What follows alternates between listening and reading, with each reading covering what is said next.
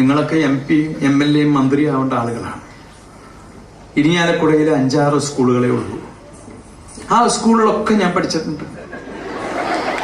അതുപോലെ തന്നെ ഒരു ക്ലാസ്സിൽ പ്രത്യേകിച്ച് നിങ്ങളോട് പറയാനുള്ളത്, ഒരു കൊല്ലം കൊണ്ട് മക്കളെ പോരരുത്, ഒരു ക്ലാസ്സിൽ 3 കൊല്ലമെങ്കിലും എടുക്കണം. അത് കഴിഞ്ഞാൽ പിന്നെ ആ സ്കൂളൊന്ന് മാറണം. അങ്ങനെ ഈ അങ്കിൾ ഒരുപാട് സ്കൂളുകൾ മാറി ഒരുപാട് പേരുടെ കൂടെ പഠിച്ചത് കൊണ്ടാണ്. പാർട്ടിക്കാരും ഇവരൊന്നും വോട്ട് ചെയ്തിട്ടല്ല, കൂടെ പഠിച്ചവർ വോട്ട് ചെയ്ത് ജയിച്ച ആളാണ്. അപ്പൊ നിങ്ങൾക്കൊക്കെ അങ്ങനെ ജയിക്കണമെങ്കിൽ ഞാൻ പറഞ്ഞ ഈ കളി കളിക്കണം. പിന്നെ മറ്റു പലരും, ചില ടീച്ചർമാരൊക്കെ വന്ന് പറയും ഡൽഹൌസി പ്രഭുവിന്റെ പരിഷ്കാരങ്ങൾ. നെക്സ്റ്റ് ഇന്നസെന്റ് ഇല്ല, അറിയില്ല. ആ നാളെ വരുമ്പോ 50 പ്രാവശ്യം എഴുതി കൊണ്ടുവരിക.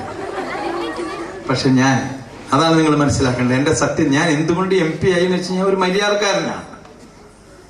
ഞാൻ വെക്കേഷനുകളിൽ, മെയിൻ വെക്കേഷനിൽ ഈ അങ്കിൾ നിങ്ങളുടെ പോലെ കളിച്ച് നടക്കുകയല്ല.